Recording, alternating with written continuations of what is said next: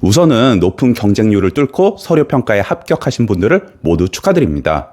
사실 발표평가 단계까지 오면 경쟁률이 2대1 또는 3대1 수준이기 때문에 조금만 노력하셔도 합격이 가능하세요. 그래서 오늘 제 영상은 발표평가를 하기 전에 몇 가지 준비사항을 알려드릴까 합니다. 첫 번째로는 발표평가는 통보가 난 다음부터 시작이다. 이게 무슨 뜻이냐 하면 서류평가 통과가 되고 발표평가를 준비를 안내하는 그 메일을 받는 그 순간부터 사실상 발표평가는 시작이 되었습니다. 발표평가라는 것을 왜 하는지 잘 생각해보면 사업계획서에서 이해가 안 되는 부분을 좀 더 자세히 듣고 대표자가 어떤 분이신지 보려고 하는 겁니다. 근데 분명히 발표 시간을 제대로 안냈음에도 불구하고 전화로 본인의 발표 시간이 언제인지 물어보시는 분, 왜 이렇게 발표 시간을 짰냐고 바꿔달라고 우기시는 분, 제출한 자료를 다시 낸다는 분, 담당자에게 짜증내거나 억제를 부리시는 분, 이런 것들이 모두 발표평가에 있어 감점 사항입니다.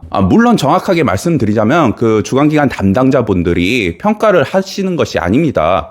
근데 어느 정도의 영향은 있습니다. 예를 들어가지고 담당자에게 정말 친절했던 A라는 대표님이 있었고 담당자를 화나게 만들었던 B라는 대표님이 계셨는데 이 두 분이 둘 다 동점으로 커트라인에 걸렸다고 이렇게 가정을 한다면 평가위원들은 이 둘 중에서 누구를 뽑을지 아마 고민을 하시게 될 겁니다. 그럴 때 담당자는 누구를 더 뽑는 게 낫다고 얘기를 할까요? 물론 담당자 말은 참고사항입니다.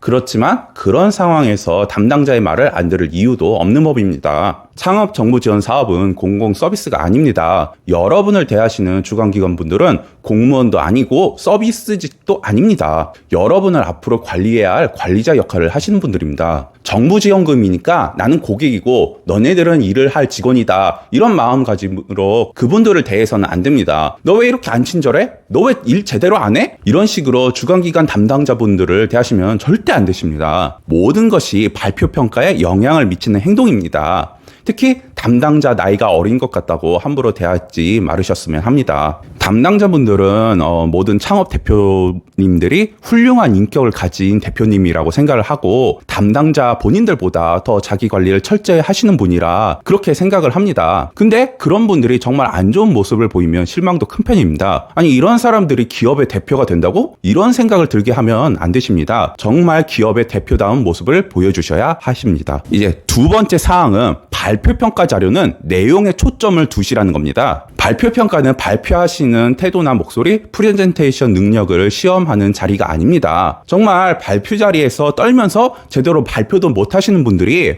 합격하는 것을 많이 봤고 발표 자료도 화려하게 만들고 발표도 제대로 잘했지만 탈락하시는 분들도 많이 봤습니다. 정부 지원 사업은 지원 사업마다 평가 기준이 있기 때문에 어차피 그 기준에 따라서 점수를 매길 수밖에 없습니다.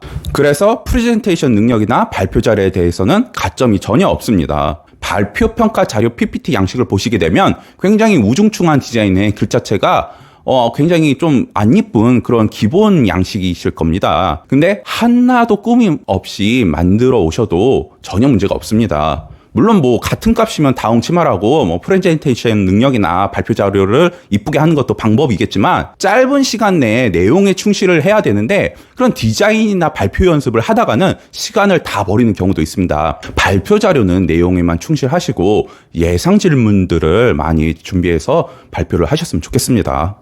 그렇다고 해서 당연히 글씨로만 채우지 마시고 충분히 시각적인 이미지를 잘 활용하셔서 발표 자료를 만드시고 그리고 발표 시간 내에 발표를 끝마치는 연습을 반드시 해가시기 바랍니다. 그리고 세 번째 말씀드릴 거는 정부 지원 사업 발표는 진라면 순한 맛이다. 이제 여러분의 발표를 평가하시는 분들은 대부분 VC 업계에서 일을 하시거나 무슨 창업학 교수 아니면 시장 전문가 등 여러 분야의 평가위원이 골고루 섭외가 되십니다. 근데 이제 질문을 하시게 되면 굉장히 어려운 질문들을 많이 하게 되세요. 전혀 제가 생각하지 못했던 부분에 대해서도 질문을 하시게 되는데 여기서 얼마나 많은 고민을 하고 계시고 대책을 가지고 있나 평가를 하게 됩니다. 그리고 질문을 듣다 보면 이따금씩 기분 나쁘게 들리는 것들이 있습니다. 발표 때는 잘 모르다가 발표가 끝나게 되면은 왜 그런 기분 나쁜 질문을 한 거지? 뭐지? 라면서 조금 이런 생각이 들긴 하는데, 사실 정부지원금 발표로는 진라면 순한 맛입니다. 이제 대표님께서 회사가 좀 더 커지고 투자 유치를 위해서 VC 앞에서 발표를 하게 되시면 그땐 완전히 핵 불닭 볶음면이십니다. 정말로 어렵고 생각하기 어려운 질문들을 계속해서 끊임없이 하게 됩니다. 거의 압박 면접 수준으로 어려운 질문을 하고 질문에 질문을 읽는 그런 꼬리 질문을 계속하게 됩니다. 근데 거기서 이제 답변을 못하게 되시면은 거기서 바로 안 되겠네 라는 표정과 말투로 반응을 하게 됩니다. 투자사들은 정말로 수익과 연결이 되는 그런 부분이기 때문에 좀 더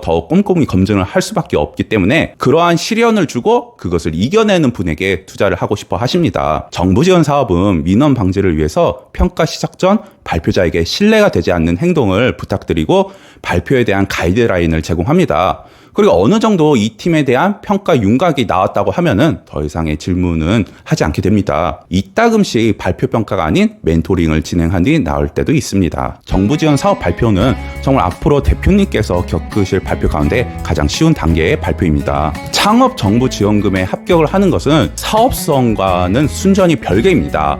정부 지원금에 합격했다고 해서 그 아이템이 사업성이 있는 것도 아니고 떨어졌다고 해서 사업성이 없는 것도 아닙니다. 어쩜 보면 거의 운에 의해 많이 결정되는 것 뿐입니다. 하지만 운도 최선을 다한 사람이 잡을 수 있는 법입니다. 발표 평가를 열심히 준비하셔서 정부 지원금에 꼭 합격하셨으면 좋겠습니다.